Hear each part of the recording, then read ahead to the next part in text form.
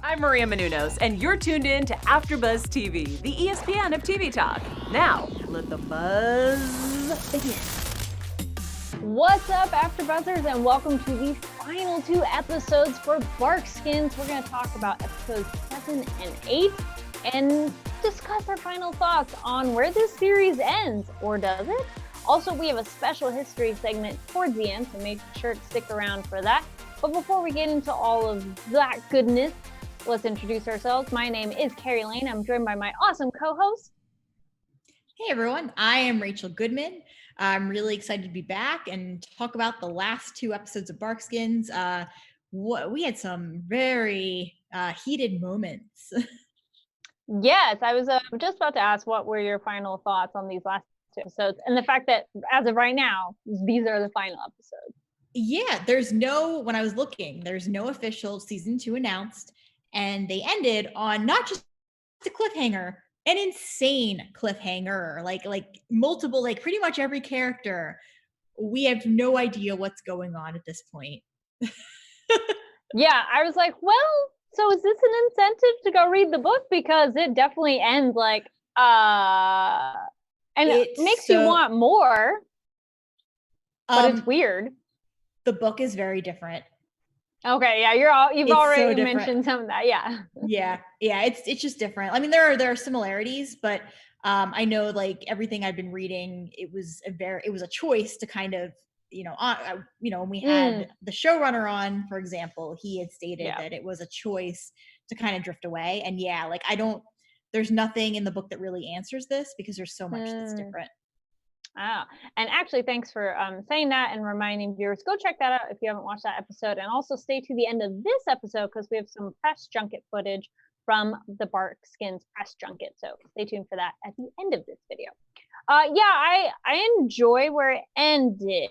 It's weird that that's the end, because yeah, so many characters were like, okay, but let's get into episode 7, Bees in a Bottle. So we have Cook and Delphine, which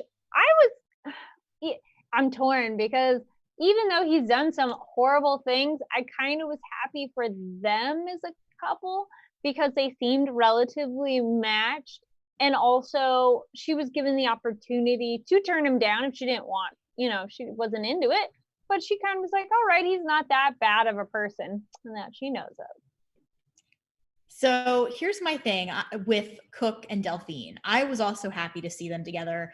I thought it was very sweet that we saw them take each other's hands. Right as, like, I don't want to just talk about this now, but I'll mention it. Right as the shooting started, I thought it was very poetic that the man who was ultimately responsible for this would be in a place where he knew exactly what was happening, and he knew that most likely he was going to die. Probably Delphine will die too, and that everything would be over for him because they would not spare him, given the circumstances. But just kind of like, going off of that, with Cook, he has done some terrible things, but at least he has a conscience and he feels regret for some of the things that he's done. And he even says in that moment with Delphine, this is all for all of my wrongdoings. Yeah, or their final moments in episode 8. Yeah, no, totally. Which is cute. It's interesting to know that's where they end up, and the beginning of 7 is where there's kind of some potential for their romance, which is cute. And it's kind of a date. Yeah, it's kind of a little bit, yes. We also have, we get that reveal of the guns, the barrel of guns, and of course Suke sees him and knows the secret, which I'm like, yeah, that's a little suspicious.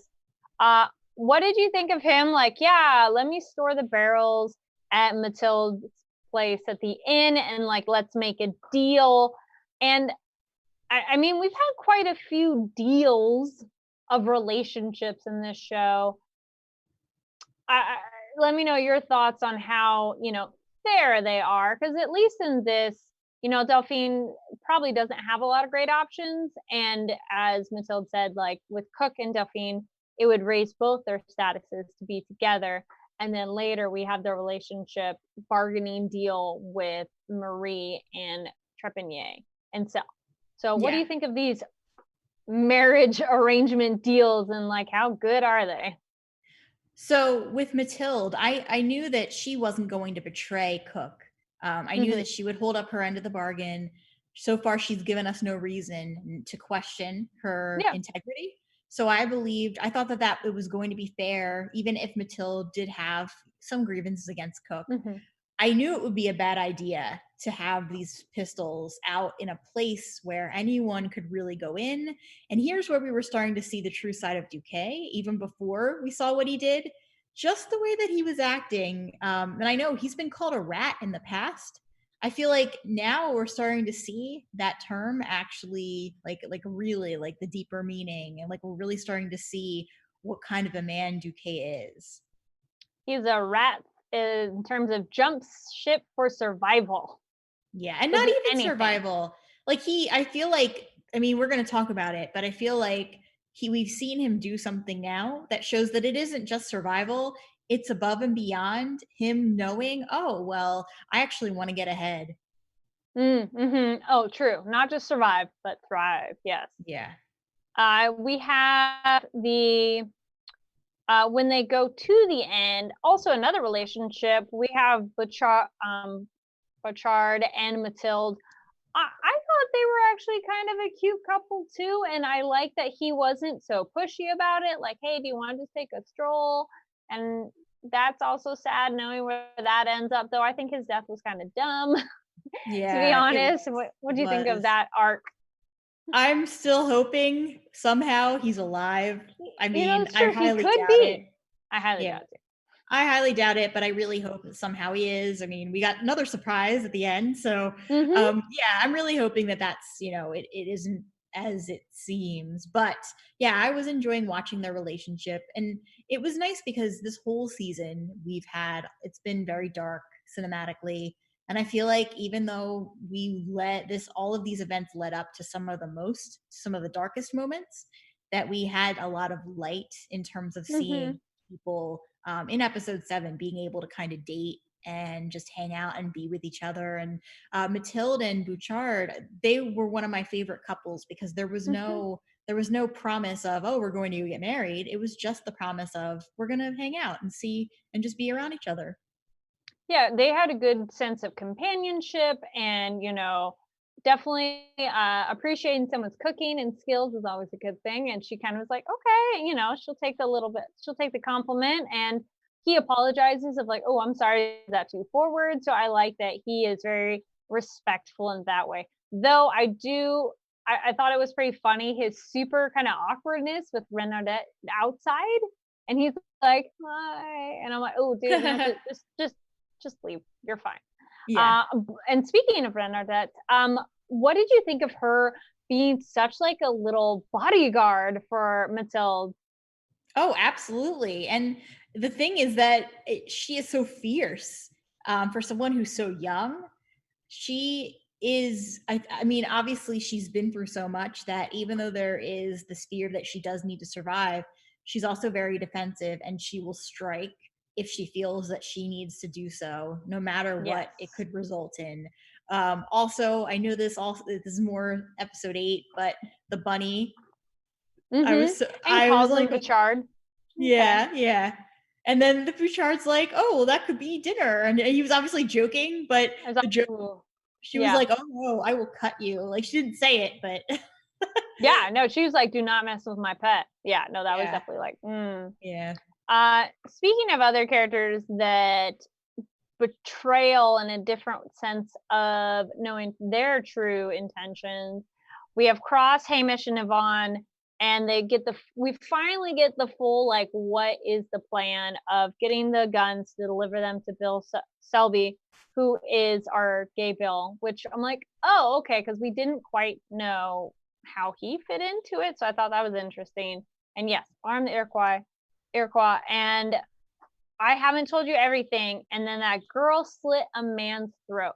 So are we to think then, once things started going out of control, she, did something, or, was she already like this before that happened? They didn't give us any reason to speculate this, but I am wondering if this young woman also, she was already having a crappy time at home. I almost think that this wasn't how she's acting, wasn't due to just what we know Gay Bill and Cross and the Iroquois orchestrated, but rather she grew up in a very hostile environment anyway. And so when disaster struck, she already had these survival skills because of dealing with maybe, an abusive male in the house, or an abusive female for that matter, just somebody who was just being very, just treating her horribly. I think that it's more than just what happened with the burning of the settlement. Yeah, I kind of like that almost better, because then it's less of a response to that one trauma. Not that that's better, but it makes her a little more interesting, because then I'm like, ooh, and this is like total fantasy idea, but I'm like, it'd be really cool if she could actually get groomed and trained to be like a bounty hunter mercenary kind of person. Because I'm like, dude, she's awesome. already ready for it. She's skilled. She just needs a little bit of guidance. And yeah, right. It would be fun. That's a different spin-off. Yeah, she could be the first knight. Yeah, there we go. Let us know your thoughts. Comment down below. I know some of our theories get bit out there, but that's the fun thing of talking about shows like this. Is like, well, what do you think? I mean, this is already a fictional account of the real events that happen, so you might as well right? Yes. Yeah. We have Cross is telling Hamish, that she got carried up in the madness. Now, when you said he had barrels in the river, did you think like it went downriver, or it's like somewhere that they could go get it because it's just heavy? And I didn't feel it was a specific enough spot that I'm like, dude, they're going to spend so much time looking for it. Is it really like right there? I didn't think they were there at all. I thought that he was either lying or misinformed. And that Cook knew the pistols were actually with Cook the whole time, and that he had done some of it like more, even more trickery than. Yeah. I felt like Cook was just betraying everyone. I can go with that for sure. The Duffer, their counsel and everything. Let's call upon some soldiers. Man, that was not. I felt this plan was a bad plan from the start. I mean, it doesn't go absolutely horrible, but it doesn't go well. And they're like, yeah, let's bring Cook along. And the nuns, sure. Well, the nuns volunteer. That's true. They're the ones who said we want to go. Were you worried when they'd said, yes, let's all go together? I thought that, first, before they mentioned the nuns, before the nuns volunteered, that is, when they said, oh yeah, Cook, like he's going to be the one to do it. He's an Englishman.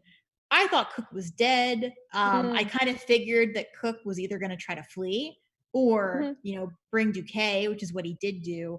The nuns volunteering, I thought they were going to be the first people to die. Right? Oh man, like when they get to that part later, when that all comes together, which we'll get to that in a second. I was just like, oh no, please don't have the same, like, it's fine, we'll just like pray about it. Be like, we've just seen that does not work. Props to you and being strong in your faith, but yes, go ahead. No, and this is kind of jumping ahead a little bit to the end of this episode, but one thing that do you mind if I talk about it now, just because we're talking about the nuns? One thing that really, really bothered me is that it felt very unfinished with the Iroquois standing behind the nuns at the end, and then you don't know whether they were going to do anything or not, and you were waiting for that toss of the coin. And what bothered me is when we go from 7 to 8, you're told, oh, P.S. they're fine. To me, that was not, I mean, I have loved almost everything we've seen in Barkskins. I felt like that was a missed opportunity. I really wish we could have seen it. Odd to end that, and I almost thought we jumped a season, because it was almost like snow later, and so I was really confused of what. I mean, I wouldn't be surprised that happens with shows. They'll be like, by the way, 3 months have passed. It's been crazy time. But it was like, no, it's just a little bit later. We're just not going to explain what happened. Yeah, okay. Well, actually, sure. We'll get to that part. Well, right before that, in their journey, I do like that Sabrine is telling Cook and Duquet, or telling, I mean, both of them, I don't think God's out to punish you. It's like, well, don't know about that. uh, and so I like that we get the Hamish, Bill, and Yvonne, that kind of all interwoven with the nuns and Cook and Zuke. That was a cool, the two orbits finally intersecting with each other. And I almost thought that would stop things, be like, oh, we know them. It's like, nope, that's fine. They're fine killing them. What I didn't realize is how much Gomes really was on the side of the English. I mean, obviously he's English. He's for, the Hudson Bay Company. I knew all of this going into the show, but I still didn't expect that he would align with the Iroquois the way that he did. I was expecting him to be one of the people who, like, he felt more like a detective to me, a detective from the 1690s who shows up and he just wants to find out what happened at the settlement so that he can, bring the truth out. And the thing is, he found the answers and then he aligned with the Iroquois, or seemed to align with them for this episode. And I did not realize how much he actually did seem to support the Hudson Bay Company. I was really hoping he was going to be some kind of double agent or something, and just was waiting for something to happen. I appreciated how Yvonne recognizes, like, no, this is not for me. At first, Yvonne's like, this is a company, this is what we're gonna have to do, and then Yvonne's like, not so much.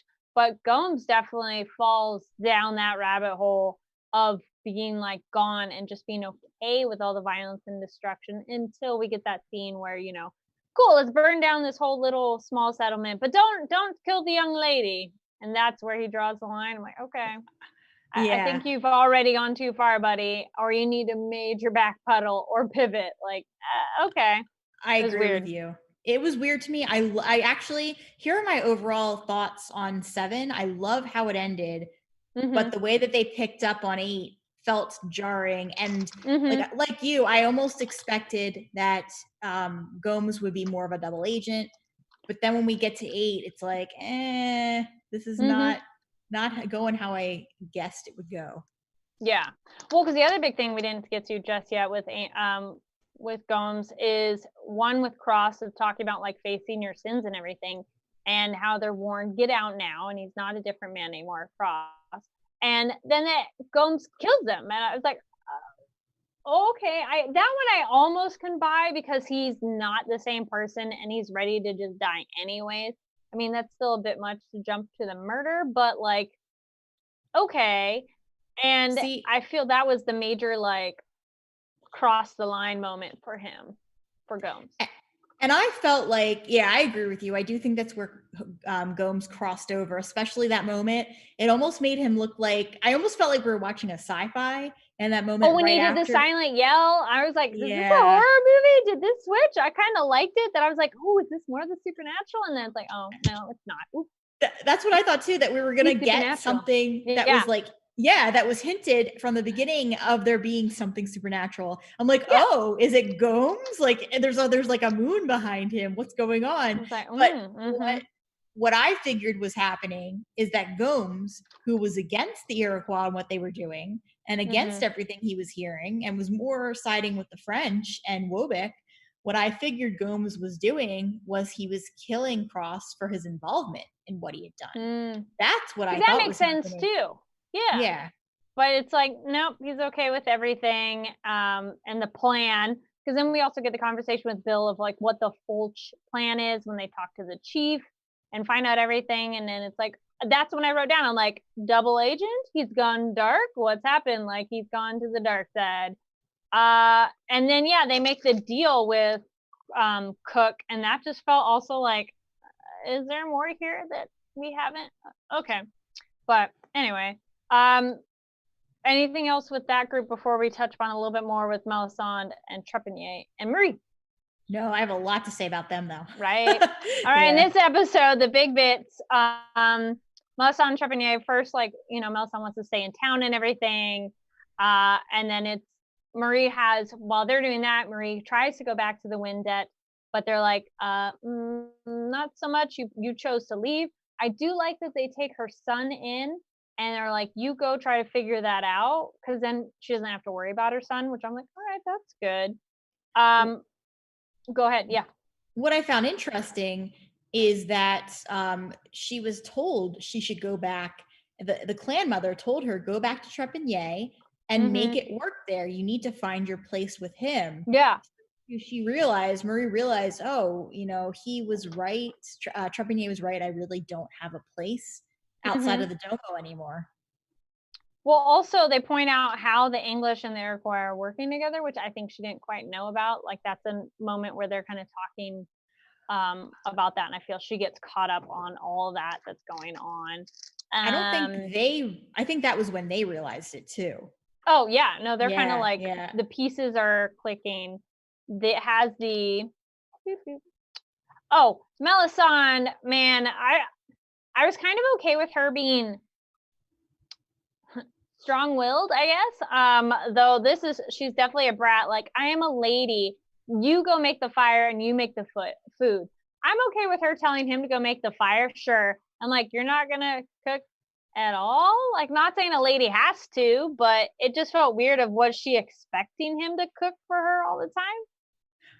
I didn't like that she was basically expecting him to be the servant to her. Yeah, it was weird. When to me, a marriage should be like, this is the wilderness. A marriage should be, hey, let's do this together. Yeah, like, and even if she can't cook, fine, but then she should do something, be productive while he's doing something, help each other.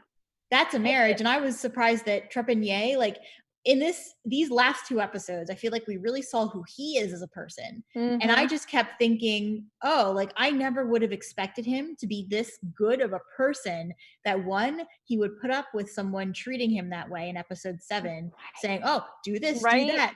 Yes, dear, I will. And like, he was just being very kind to her and very, like, just very sweet about it.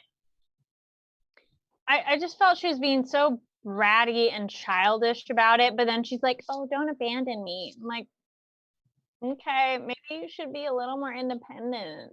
Like, that's the thing too. Like, she demands so much but has no sense of independence. So then it's just kind of weird of like, can you not make your own? Like, what did you expect? This is the country. This is not Paris, where you could have, like, her behavior expects as if they had like a live-in servant, and pretty sure she kicked Marie out to not be a live-in servant almost, so it's like, okay. And I understand where all this is coming from, that she's really like severely jealous of Marie, and she does have a reason to be jealous of Marie. It's not that she doesn't, but I think that maybe the whole thing with Melisande is that she doesn't realize that her behavior is pushing Trepigny away. Even in episode 7 with her, like, she didn't show him 1 ounce of affection, or like wasn't kind to him at all, wasn't talking to him, just do this, do that, okay, goodbye. Again, I mean, like, give and take, she's not really giving him anything to give her back. So it's like, okay. And then it was fun, the title, the jar of, or bees in a jar, Bechard talks about putting, I think it's Bechard who says it, of, putting 2 groups together, and it's like bees in a bottle fighting, the French and the English. Which is historically accurate. Just like, I mean, it is, but it's just some of we'll get to this a little bit more at the end, obviously, in the segment, but some of this is just, like, some of it's a little bit not accurately portrayed time-wise, but in terms of the French versus English, that's very much been a part of history for a very long time. Javi Joe in the chat says, in it for the money. I'm assuming he means Melisande. And but clearly not the money she was thinking, because this is not luxury. It's like living in a 5-star hotel but no employees. You got to take care of everything. Exactly. So, on to episode 8, we have the Black Sun.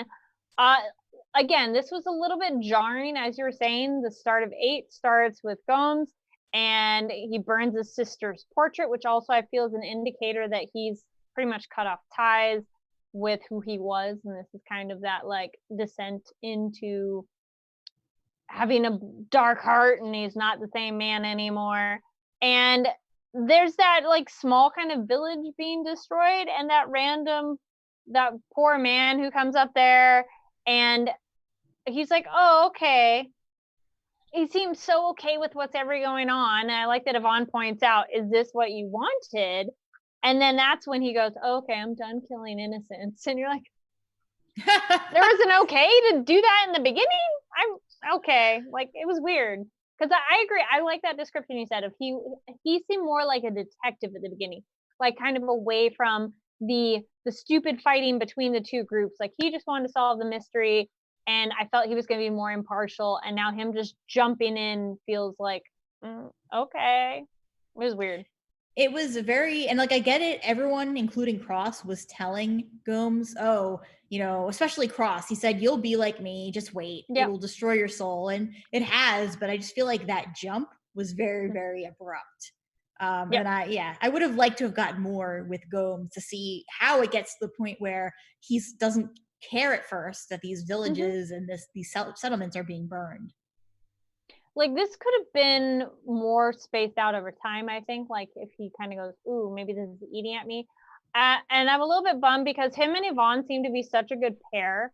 And not that one is necessarily responsible for the other, but it feels like them breaking apart, you know, they both were worse for wear for it. Like Yvonne gets beat up too, which was like, oh, okay. But I'm glad that he stands firm. Yvonne stands firm. It's like, no, I'm not going to participate in this anymore. Yeah. And yeah, exactly. I agree with that. I was very scared for Yvonne right before he ended up leaving. Yeah. I really thought the chief was not going to let him go, and that someone would catch him. I like their conversation. He's like, can I trust you? And he goes, well, or can I trust him? And Yvonne says, well, you can't trust him anymore than you can trust us. I was like, okay. I like their extra interaction there. And then, yes, this is when we learn with Mathilde and Bichard, oh, the nuns have returned fine. It just was such a quick thing. Also, then we jump ahead to the wedding planning, but that also feels like nothing follows through with that. So I was a little bit like, okay. Those baked goods meat pie things, or maybe fruit pies too, looked really good. They did. Like, I want one of those. Yeah. They're, I mean, yeah. I'm like, let's get into our old-fashioned cooking. We got Trepigny and Melisande when they're talking about their arrangements, and that's when, were you surprised that Melisande is the one that supposedly has the idea for Marie to marry Sel, and was that something in the book? So I'm not surprised that Melisande went in that direction. It's just it's hard because with the book you have so much more room to discuss certain things, and it's so it's very, usually I can compare the book and what we're seeing, but it's just so different that it's hard to actually talk about everything that's going on and compare it. But in terms of Melisande, I did not expect I'm not surprised that she did. I was not expecting her to do that, though. I was kind of expecting that Renee and Marie would just organically decide they wanted to be together because of what we were seeing earlier on in the season. Yeah. And now I feel like Marie went from definitely being attracted to him, and they definitely were sharing things, like sharing a moment, to at the end with Renee just being more into her than she was into him, and Marie being more like, oh no, like I want to, like being more like, I don't know, just more concerned with Trepigny, because I really felt like she wasn't over him. I agree. I don't think she's over Trepigny, and when they have their final supper sort of together, I think it was interesting because I thought there was such a history of chemistry there that I kind of was like, maybe they can have an amicable breakup, kind of, but that's a little weird and awkward. I do believe him, Trepigny, when he tells Renee, like, I just want her taken care of, and I don't want her alone, and he's okay with that. Like, he trusts Renee enough to be a suitable partner for her. And I was a little disappointed. I know Renee is not the best at his social skills and his talking with women skills, because when he's talking to Marie, she's like, oh, keep popping my cable here. She's like, oh no, dude, go on. Tell me, like, what did he tell you? And I think he could have had potential of, yes, Trepanier set this up, but I've always thought you were attractive. I've always thought you were interesting. Like, I've always felt a connection. Like, he could have said any number of those things and sold that match so much better than he did. And she's kind of like, go ahead, I'll wait. And it was not the bestest proposal. I agree with you. I do think that he was right in telling her the truth. But I think that he definitely did not present it the right way. No. And it did come across more like an arrangement instead of, hey, I have feelings for you. Let's do this. And I know it's a different time. You're going to expect, but still. And I feel like Renee as a character, he's different than your average, 1690s man. He literally said to Trepanier, I don't want her to feel like I'm forcing this on her. I will talk to her about it, which I thought was very admirable for him to treat it that way.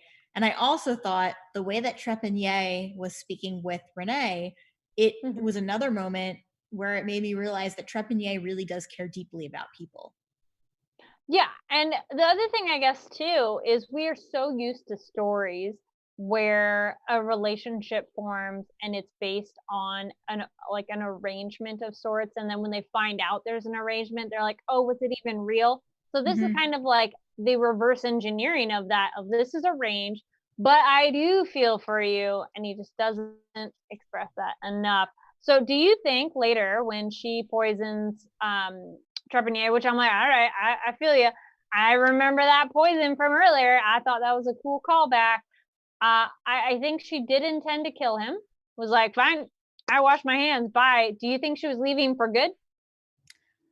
After seeing the ending, I almost have a feeling that she knew he wasn't going to die, and that her taking care of this, because she had been told go back and take care, find your place at the Domo with Trepanier.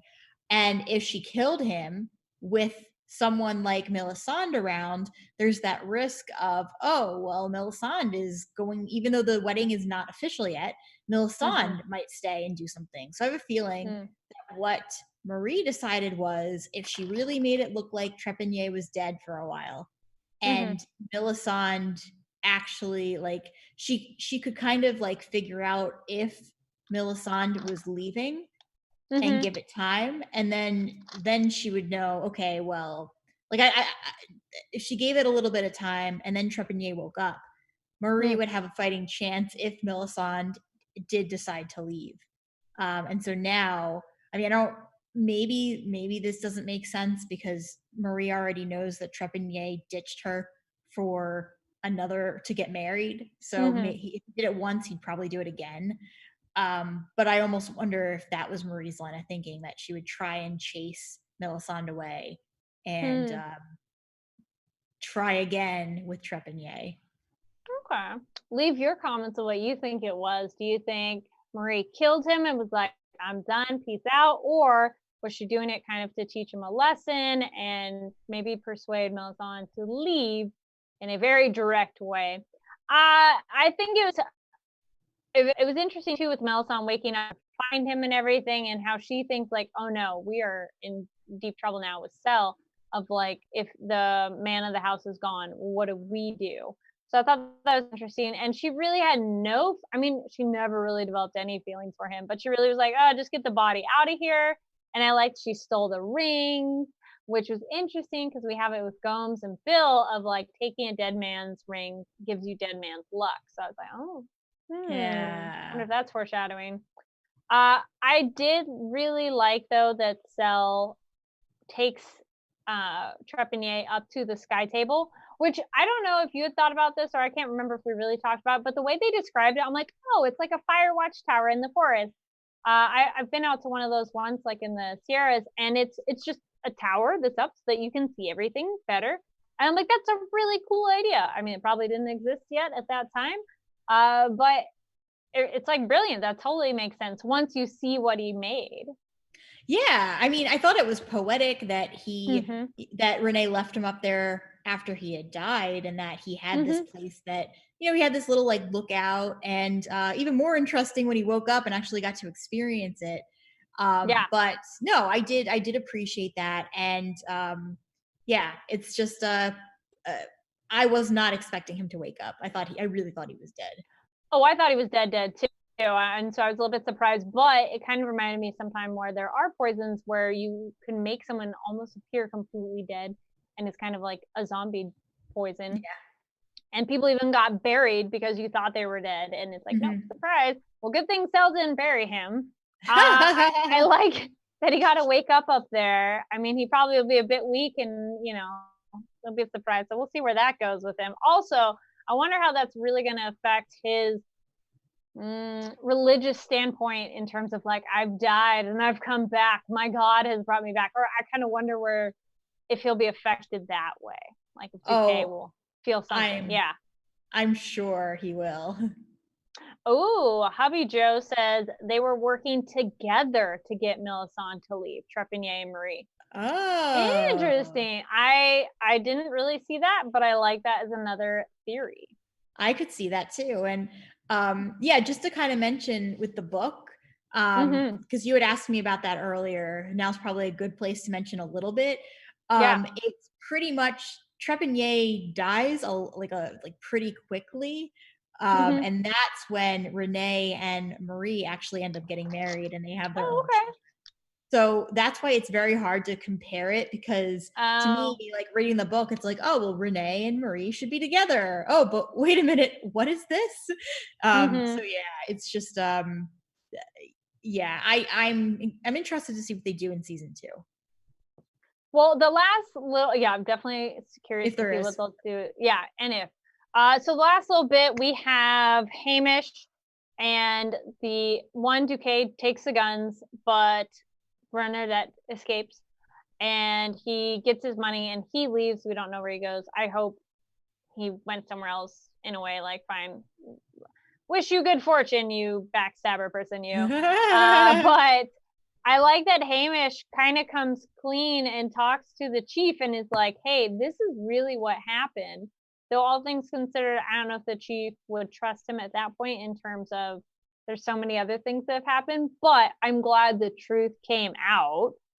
I was a bit surprised, but not really, I guess, that Bill shot him. And I was like, oh, dude, he's going to die. Did you think Gomes was going to die?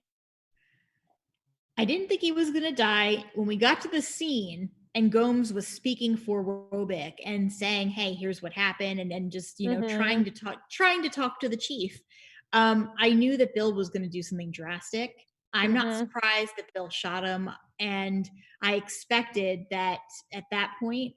I wasn't sure if the shot was fatal yet. It seemed like it Right? was, I was like, but then, later on when we see that he's being attacked and that they're going to split him into 4 parts, and mm-hmm. I didn't think he was going to survive, because I thought the shot was probably fatal enough that he was going to die anyway, and that they were going to Mm-hmm. just have him tortured.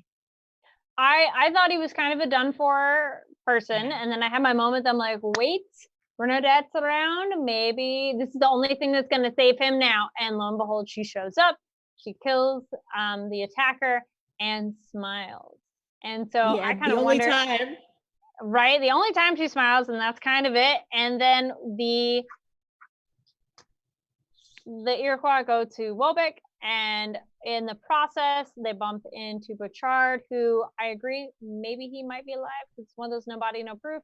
But I do think it was a little bit dumb that maybe he didn't feel they could just turn around and leave. Because I was like, why don't they just turn around and leave? They haven't been spotted yet. But okay, fine. Because the messed up thing is they only heard him when he cocked his gun. Right. He could have They just like, probably could have snuck mm-hmm. away. Yeah. Anyway. Probably. Yeah. Well, let's hold on to our predictions for what we think could happen next. Before we do that, let's get into a quick of our special segment in terms of we talk about the real history of what was going on at this time period. Take it away. Sure. So today I'm going to talk about New France, and just a little bit more history on that. I just want to say too that from every Googling on the web and searching and really digging, there seems to be no real place known as Wobeck. So that does seem to be a fictional town created in the Provence of Quebec, what is now known as the Provence of Quebec. But New France, between the 16th and 18th centuries, French settlers arrived in what was then considered New France, what we now know as the eastern portion of Canada. It in 1534, Jacques Cartier, he began 3 expeditions there, and they actually all failed. And it was all kind of around the area we're dealing with now in the St. Lawrence River. But yeah, they all failed because obviously, unlike the British settlements failed at first too, so that's really not can't really say otherwise there. Yeah. But they Jacques Cartier, his missions failed. It wasn't until 1604 when French settlers established the colony of Acadia on land also surrounding the Gulf of St. Lawrence. And it was, I know we talked about him before on another episode, but 4 years later, it was Samuel de Champlain who established the city of Quebec, which is, as we know, right around the area where we've been watching all of these events unfold, since Quebec is supposed to be kind of near Quebec. So that is kind of the real history behind New France. And I just want to kind of mention that the book of Barkskins is very different. There are a lot of the same characters, but for anyone who hasn't read it, I would highly recommend it. It's very interesting. You do get more of what you're getting from the show, but it is slightly different plot lines, and it's just different. It's very hard to compare it. Well, in a way, that's kind of a good thing because it's not too repetitive, but it's excellent to know going in of like, it's not that thing. All right, cool. Well, thank you very much. Let's get into some predictions of where we think this show will go if there's a season 2. So I'm wondering where this is gonna go in terms of, I do think you're right. I hadn't really thought about it that way, but I do think Pritchard could still be alive. Highly unlikely, but not impossible. I think Duquet is smart enough to get out of there, and maybe he's not back in town enough that he could escape. I don't know how they could defend themselves against the attack, but if they outnumber their attackers, it's possible, but probably highly unlikely because it's warriors versus some regular townsfolk, and probably very few of them are actually like fighters. But I would like to see Delphine and Cook survive together, and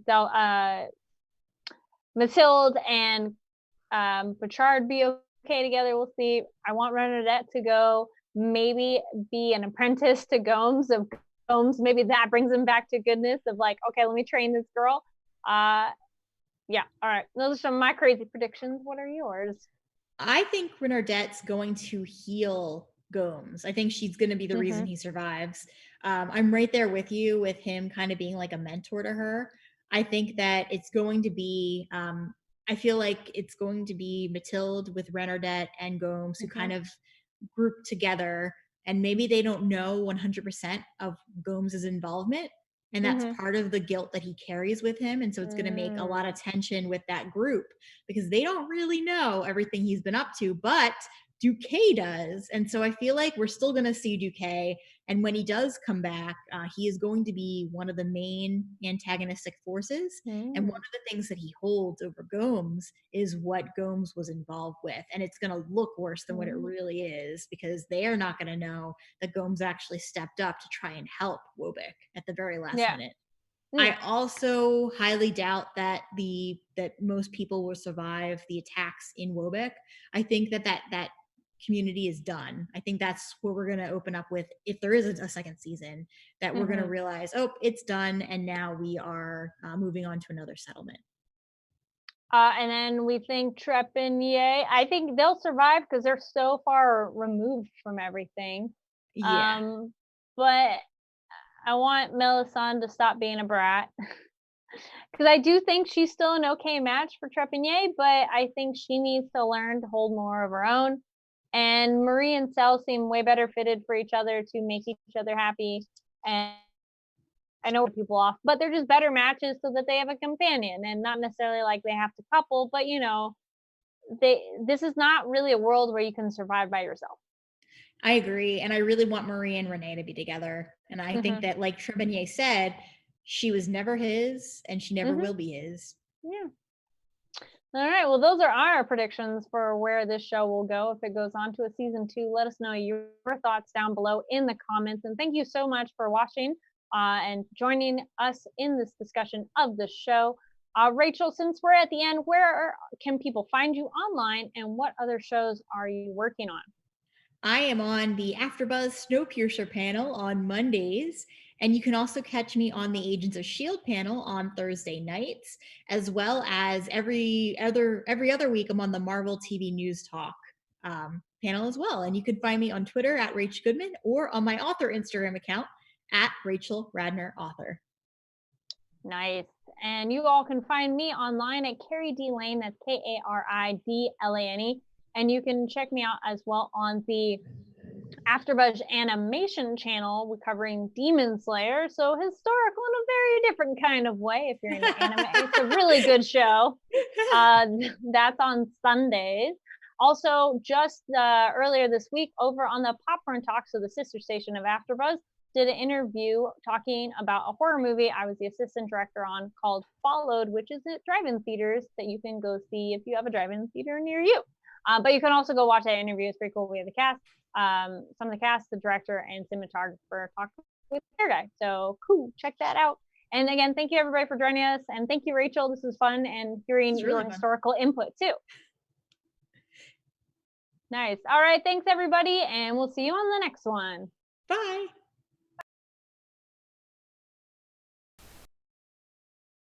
Sullivan, so excited to talk to you guys about the new show Barkskins. Now, tell us a little bit, each of you, about your characters, and also, did you actually study the book, the Annie Proulx book that it was based off of, beforehand as well? I read the book while we were filming, actually.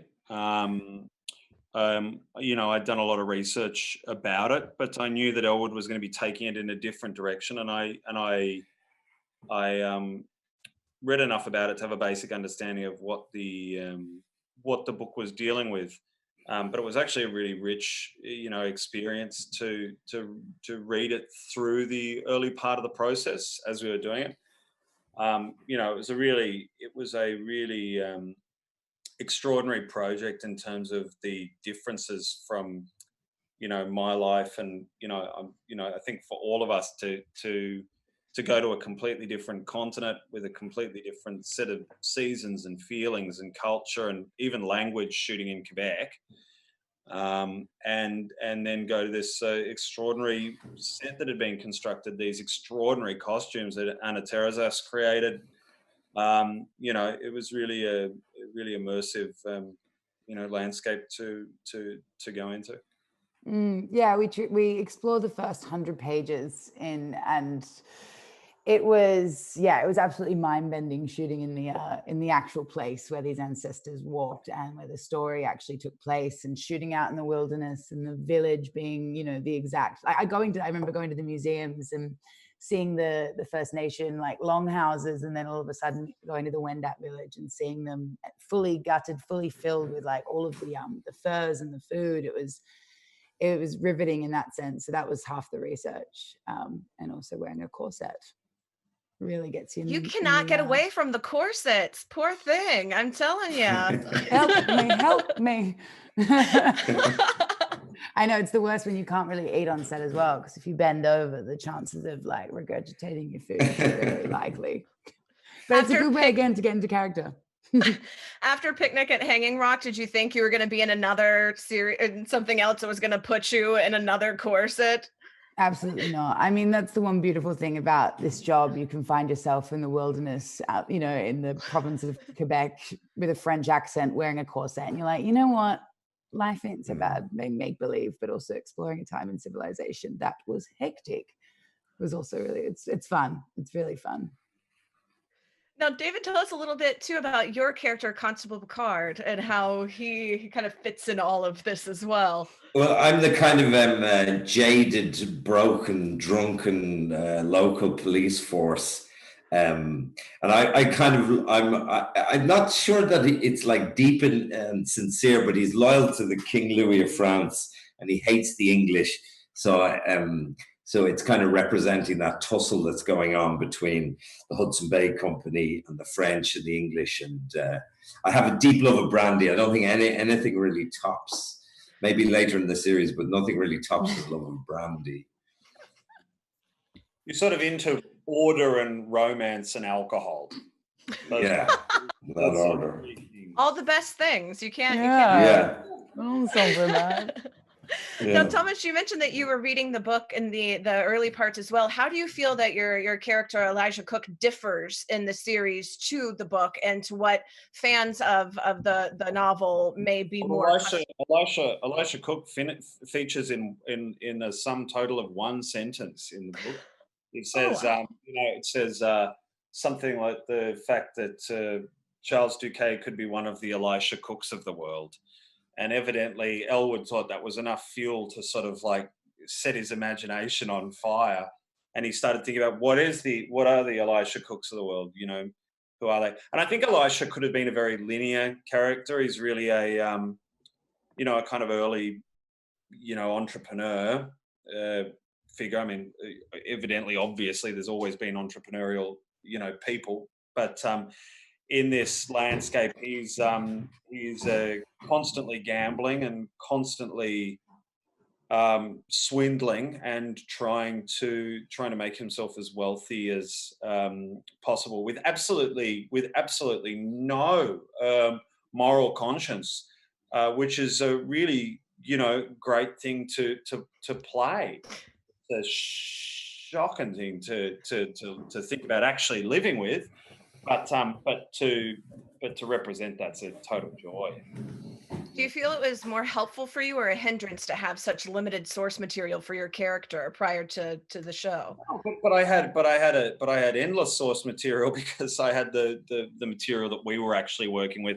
I mean, I think Elwood has taken that and probably conflated other characters that are in there, other people that he experienced, things that he wanted to say and to deal with about that type of individual and that archetype, because really in this story you're dealing with very extreme characters. In fact, there's almost very little crossover between their kind of archetypes. People are really in extremes, and I don't think that's just convenience. I think that's actually true to what you'd get in a frontier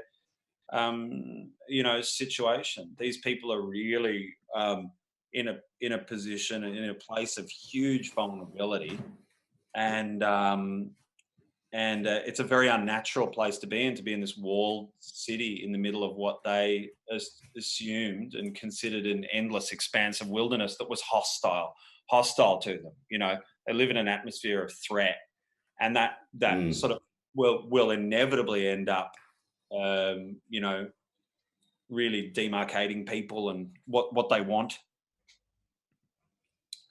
Now, Lily, I wanted to ask you as well. I know when you were in Mental, you had done some press and talked about Toni Collette and how she gave you what you said at that time was the best advice that you could have gotten, which is to kind of establish yourself first in Australia before moving over to the States.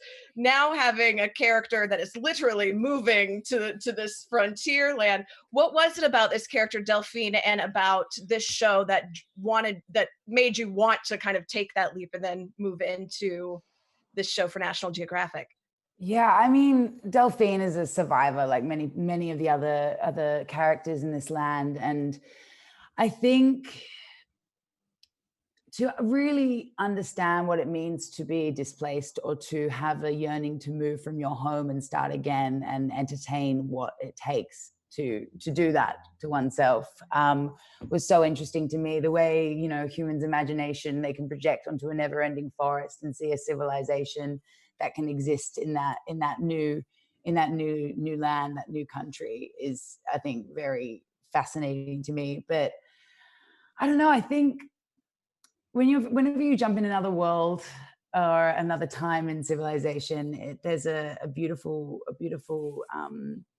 opportunity to reflect of how, you know, far we've come or not, and to really, I don't know, get into a headspace of a woman in another time is extremely frustrating. It was extremely frustrating on set and nauseating to entertain this space, but it was just so, yeah, it was intoxicating, truly. Period pieces are great. I love it. Well, I know we are all so excited to see this series. Cannot wait. Thank you all so much for taking this time out of your day to speak with us as well. And congratulations on this series too. Cheers. Thank you so much. Thank you Thank guys you. so much. Our founder, Keven Undergaro, and me, Maria Menounos, would like to thank you for tuning in to AfterBuzz TV. Remember, we're not just the first, we're the biggest in the world, and we're the only destination for all your favorite TV shows. Whatever you crave, we've got it. So go to AfterBuzzTV.com and check out our lineup. Buzz you later. The views expressed herein are those of the hosts only and do not necessarily reflect the views of AfterBuzz TV or its owners or principal.